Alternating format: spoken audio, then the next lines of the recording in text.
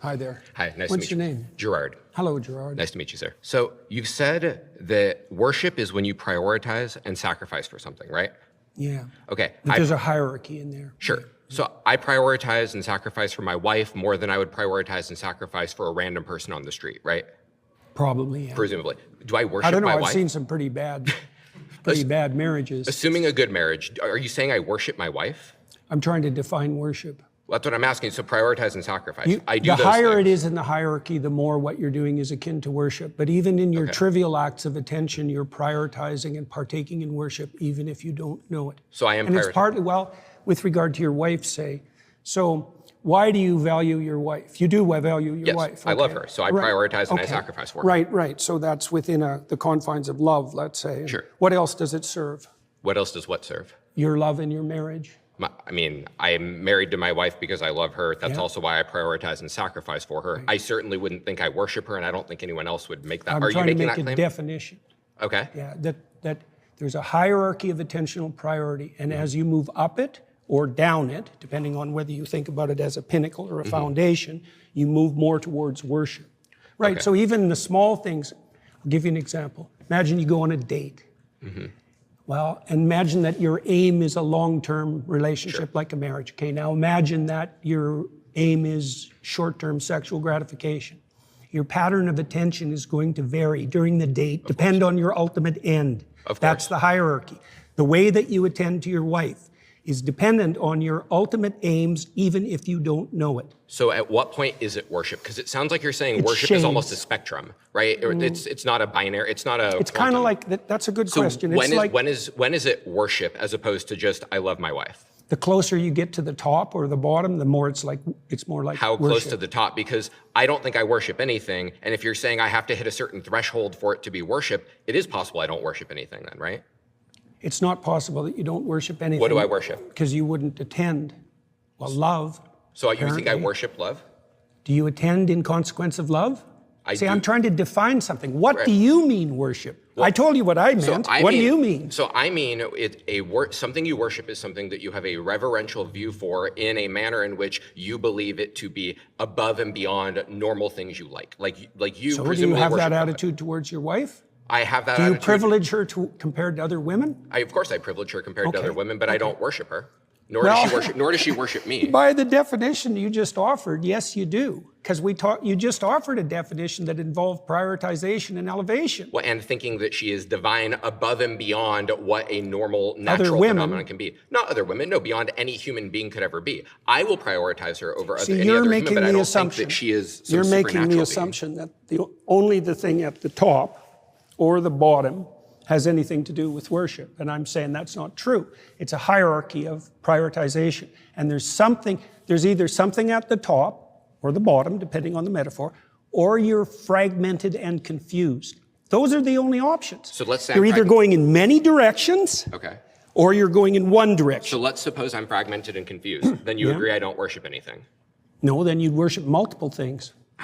So what's the threshold when it's worship, right? I prioritize a lot of stuff. I said that the closer you get to the pinnacle, or the closer you get... Can you give me some sort of metric? How close do I got to get to this pinnacle? Do you know the difference between cheap literature and deep literature? Yes. Okay, that's the same issue. And how do you distinguish between them? What's the difference between cheap and deep?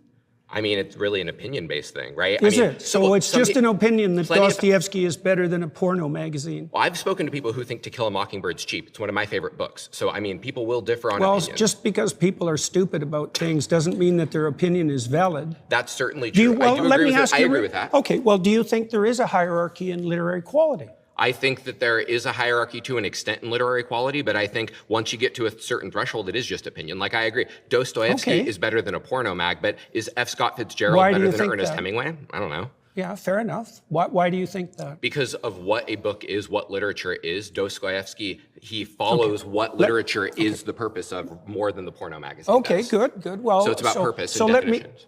Sure. Let me give you an analog then. Okay. The depth of worship is analogous to depth of literary significance. And the closer you get to what's deep, the more religious and worshipful your practice. So and maybe you don't know what's at the bottom, but something needs to be, or you're confused. Well, so to use your analogy, then how deep do I have to go for it to be worship? Do I have to be Catcher in the Rye? Do I have to be War and Peace? Or it depends on what you're seeking for.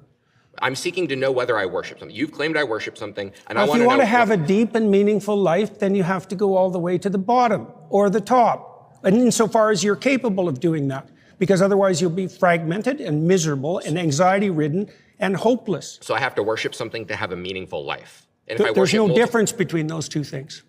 Okay. They're the same thing. So if I don't worship anything, my life will not be meaningful, correct? Well, that's the definition of nihilism. Okay. So if I'm a nihilist, I don't worship anything. That's true. And then you... okay. Mm-hmm. You just said everybody worships something. I think you've just agreed there is a class of people that doesn't. Well, they're incoherent in their worship. And hand gestures like that aren't going to help. All right. Yeah. Well, okay. Look, if you're incoherent and fragmented and aimless, which is what happens if your objects of worship are unstructured and chaotic, then you're going to be anxiety-ridden and without hope. That happens. That's a technical argument. But there's happy nihilists. Oh, How do you explain that there are happy nihilists then? Because you just said they can't be. The mere fact that you state that there are happy nihilists doesn't make it true. Like, what's your evidence? How do you measure nihilism, and how have you associated it with happiness, and what's your definition of happiness, and have you compared them to religious people? Because if you do, by the way, it's clearly the case that religious people over the long run have better mental health. It's a well-documented fact in psychological literature. Sure. So your claim is just a claim. It doesn't stand on anything. So you disagree with the claim that there exists even one happy nihilist? I didn't say that. Okay, would you agree there exists at least one happy nihilist in the universe? It's not a question that has any meaning as far as I'm concerned, because it depends on what you mean by happy, and it depends on the duration that you're trying to calculate over. Now and then there's probably some deluded soul who thinks he's a nihilist who's momentarily pleased with himself. But as a long-term strategy to deal with the future, to get along with yourself and with others, it's sadly lacking.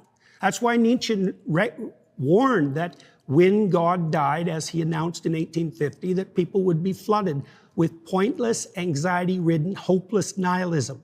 And that was what would attract them for example, to the false gods of totalitarianism, which is exactly what happened, because everybody worships something, even atheists who think they don't. Aren't there unhappy Christians or devoted believers? So worshiping something is neither sufficient nor necessary for happiness then? Well, terrible things can come your way regardless, and that does happen, but it's the case that even when circumstances become deeply troublesome, that how you're oriented makes a big difference. So I'll give you an example. So the book of Job deals with the issue of unfair suffering. So Job is a good man who has everything taken away from him in the most painful possible way. To settle a bet, right? With Satan, yes. And so he makes the axiomatic presumption that he won't lose faith in himself or in the spirit of being itself. And that helps him remain calm and forward-looking through his time of trial. Doesn't he absolutely curse God? No. His wife tells him to do that. All right. Thank you. Thank you, sir. Yeah, good.